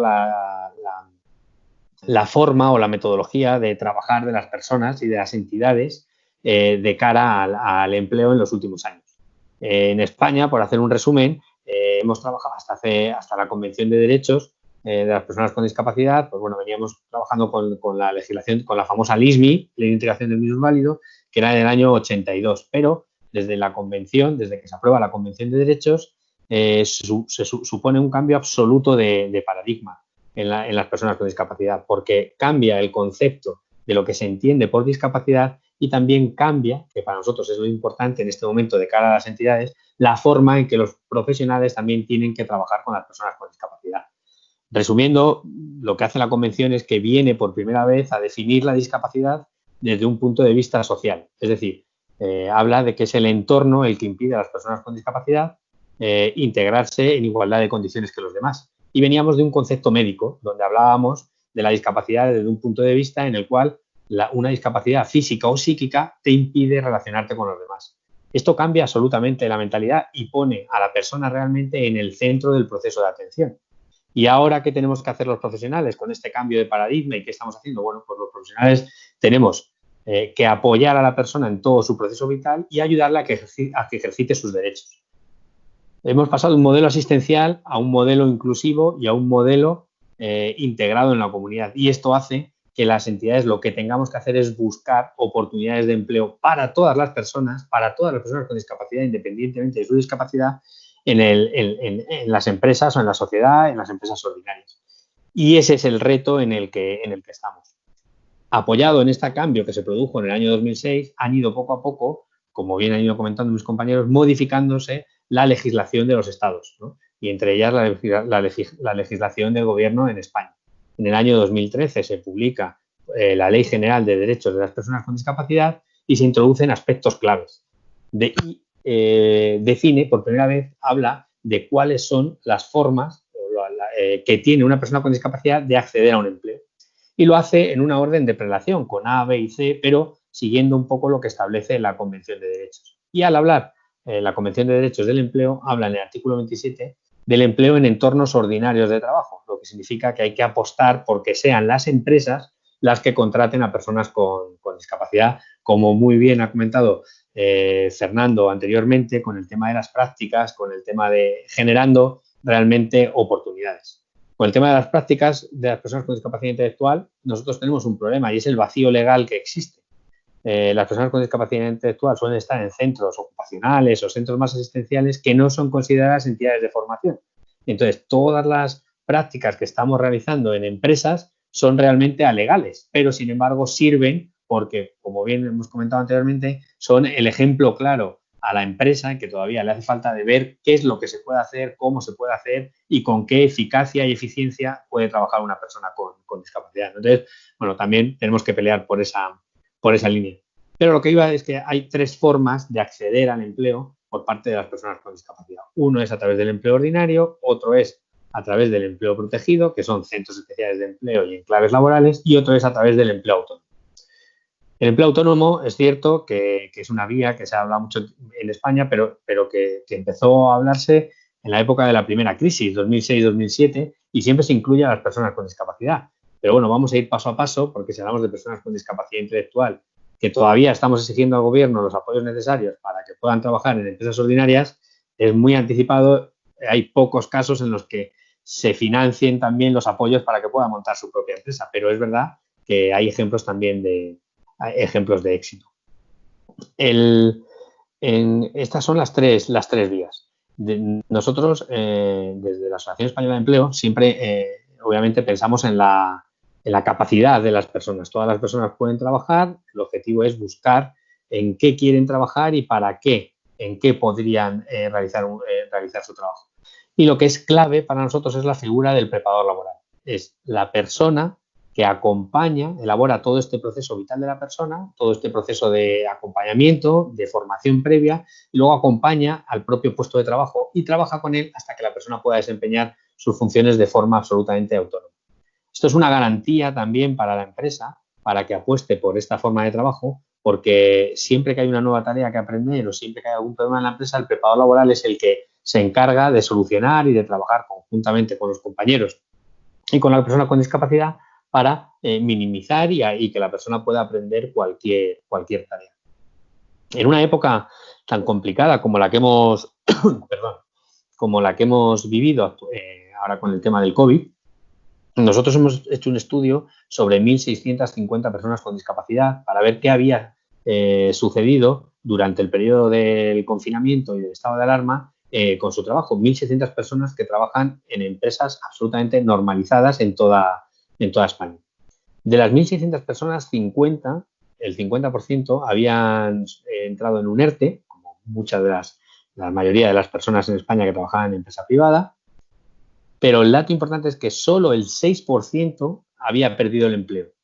Para nosotros este ha sido un dato muy importante porque ha reflejado un poco la importancia y el trabajo que realizan las personas con discapacidad en las empresas, lo importante que es para las empresas, y solo se ha destruido un 6%, que es por debajo de la media de la destrucción de empleo que se ha producido en España. Entonces, bueno, es un dato que nos ha parecido muy, muy interesante y que nos da además un poco la medida del enorme potencial que tienen las personas con discapacidad. Pero es cierto, y como bien comentaban mis compañeros, que no se está generando empleo a la velocidad que creíamos o que debieran para las personas con discapacidad. Y esto es un reto importante que tenemos. Para ello, yo creo que tendríamos también que flexibilizar la legislación que tenemos. Tenemos que tener en cuenta que en España solo las empresas de más de 50 trabajadores están obligadas a contratar una persona con discapacidad. Es decir, por cada 50 trabajadores, un 2%, es decir, una persona. Esto teniendo en cuenta un país eminentemente rural en el fondo, aunque con grandes capitales, pero que donde el tejido empresarial es el de mediana y pequeña empresa, supone que la gran mayoría de las empresas en España no está obligada a contratar y que la mayoría de las contrataciones que se hacen no se hacen por obligación, sino que se hacen por convicción. Que esto también es un elemento muy a nuestro favor, porque si la empresa contrata porque está convencida y porque la persona es rentable. Pero sí es cierto que ayudaría, es una de las propuestas que nosotros hacemos, a que esa obligación de las empresas, de que sean las que tengan más de 50 trabajadores, se reduzca a empresas de más de 30, lo que implicaría que muchas más personas con discapacidad tendrían la oportunidad de incorporarse al mercado laboral. Y además es una propuesta que hacemos que al Estado, que siempre le decimos al político de turno con el que hablamos, que sería una gran oportunidad porque traslada la responsabilidad a las empresas, que son las que tienen que asumir el capital. No costaría nada para la administración. Entonces creemos que sería una medida muy a tener en cuenta. Y luego lo que también hemos observado es otra herramienta que impide que las personas con discapacidad accedan al mercado de trabajo, es que los contratos bonificados, que ha comentado muy bien antes Carmen en la pregunta, la mayoría de las empresas no contratan por la bonificación, porque además la bonificación para una persona con discapacidad existe cuando el contrato es como mínimo de un año. Y un contrato de un año en la actualidad económica de nuestro país no refleja la realidad de las necesidades de una empresa. Este contrato, con el cual se insertan la mayoría de las personas con discapacidad en la empresa ordinaria, es del año 2006, han pasado ya 14 años. Y en el año 2006 era novedoso, pero esto ha ido muy rápido. Desgraciadamente, después de la crisis, incluso ese contrato, que es el contrato de fomento de empleo, que establece una bonificación a la seguridad social del 100% para las empresas, pero que tiene una duración mínimo de un año, ese contrato en el año 2006 era una discriminación positiva para las personas con discapacidad. Pero después del año 2006, tantos colectivos entran en crisis que el legislador se da cuenta de que para poder insertar a jóvenes menores de 30, a mujeres y hombres mayores de 45, a las personas del ámbito rural, etcétera, etcétera, etcétera, tiene que hacer un tipo de contratos más flexibles. Y hay contratos financiados para universitarios, de 3 meses o 6 meses. Claro, esa sí que es la realidad. Eso sí que permite a una empresa apostar y poder conocer la realidad de la persona a la que contrata, si produce o no produce. Entonces, creemos que una modificación y que un primer contrato de fomento de empleo pudiera ser de 3 meses también ayudaría mucho a que las personas con discapacidad pudieran pudieran tener más oportunidades en el mercado ordinario de trabajo. Y luego es cierto que dentro de nuestro sector las ayudas han ido muy diferenciadas en función de la forma jurídica que adoptaba una empresa. Hay empresas que se adoptan la forma jurídica de centro especial de empleo o otra forma jurídica, tienen ciertos beneficios o ayudas. Y pensamos que la clave está en que la ayuda vaya en la persona, no en la empresa. Es decir, la persona con discapacidad es la que tiene la ayuda y ella es la que elige dónde quiere trabajar. Si quiere trabajar en un centro especial de empleo, en un centro especial de empleo. Pero si quiere trabajar en una empresa ordinaria, esa ayuda va a ir a una empresa ordinaria. Esto traslada, en base además a lo que establece la Convención, la posibilidad de decisión y de participación a la empresa, que es la que lleva aparejada la ayuda. No hay por qué dar las ayudas a las empresas. La ayuda tiene que ir en la persona con discapacidad, que la tiene por el hecho de tener discapacidad y necesitar unos apoyos, y ella es la que va a elegir dónde poder trabajar. Yo soy optimista. En España, como hablábamos, ha cambiado desde la Convención, ha cambiado absolutamente el paradigma y poco a poco va cambiando la legislación. El artículo 13 de la Ley General de Derechos de las Personas con Discapacidad, por primera vez introduce, cuando habla de la atención integral a las personas con discapacidad, un apartado que antes no estaba. Y este apartado dice que se apoyará a la actividad profesional de las personas con discapacidad. ¿Qué significa? Pues la legislación es importantísima, porque la legislación y las leyes al final marcan la política presupuestaria del país. Y antes a veces las cosas salían por voluntad, por la discusión y la pelea constante para que se financie o no se financie un determinado programa de empleo. Pero ahora es una obligación de la Administración destinar dinero también para el apoyo a la actividad profesional de las personas con discapacidad. Esto implica que haya muchos más programas de empleo, desde las consejerías de empleo saquen muchas más actividades de formación para personas con discapacidad, y yo creo que eso poco a poco va a ir abriendo el campo para la integración laboral más todavía y para mejorar los datos que comentaba Pepa. Y tenemos que tener en cuenta una cosa, que en educación inclusiva hemos ido más rápido y que las personas con discapacidad intelectual que están que salen con 18, 19, 20 años de los colegios, de los institutos, ya tienen en su ADN que van a tener una oportunidad laboral en un futuro. Ya no apuestan por los sistemas asistenciales antiguos de ir a un centro ocupacional o a un centro más asistencial. Ellos tienen claro, y esos padres tienen claro, de que su hijo tiene que tener una oportunidad laboral. Y las entidades nos tenemos que adaptar para poder ofrecer esas actividades y esa formación y posterior inclusión laboral para todos estos chicos, que con esta nueva legislación y con esta nueva concepción de la discapacidad que entre todos hemos construido, pues nos van a querer demandar, ¿no? Entonces yo creo que las entidades tenemos que, haciendo una autocrítica, ser muy conscientes de qué es lo que quieren las personas con discapacidad y adaptar nuestros servicios a lo que necesitan y a lo que quieren. Y como bien decía la Convención, nosotros estar allí para apoyar en lo que necesiten, pero trasladando la responsabilidad y la capacidad de decidir, ¿no?, a lo que ellos quieren. Creo que es fundamental, que tenemos que hacer un ejercicio y que tenemos también que hacer un ejercicio para que exista una regulación del empleo de las personas con discapacidad unitaria a nivel nacional. Yo creo que tenemos un problema en España, que tenemos 17 modelos distintos, y eso complica absolutamente porque no tiene mucho sentido de que en unos sitios sí y que en otros no. Nosotros estamos intentando trabajar para hacer un buen modelo, el mejor de los que existan en las comunidades autónomas, pero para poder extrapolarlo en toda España. Y yo creo que eso también limita un poco o hace que vayamos más despacio en estos temas, ¿no? Y bueno, pues por no consumir todo el tiempo y dejar un espacio también por si alguien quiere hacer alguna pregunta, pero como para lanzar, creo que nuestro reto es generar más oportunidades en el empleo ordinario, es decir, con las empresas, ir de la mano de las empresas. Yo creo que es clave. Las entidades sociales nos hemos mantenido al margen absolutamente de las necesidades que tenían las empresas, y tenemos programas que no funcionan sin las empresas. Tenemos que ir de la mano. Y además nos hemos profesionalizado tanto que en muchas circunstancias somos pequeñas y medianas empresas, porque estamos financiadas y conseguimos muchos recursos propios. Con una entidad nos hemos profesionalizado dentro, pero yo creo que hay que dar ese salto, porque vamos por carreteras distintas pero en una misma dirección, y está claro que sin empresas no hay proyecto. Tenemos que ir de la mano y empezar a ocupar foros conjuntos donde las entidades sociales no estábamos, y creo que hay que empezar a ocuparlos. Y tenemos pues que pelear por una regulación conjunta, ya estamos trabajando desde el CERMI, del empleo y del empleo con apoyo para las personas más vulnerables y que más lo necesitan en España.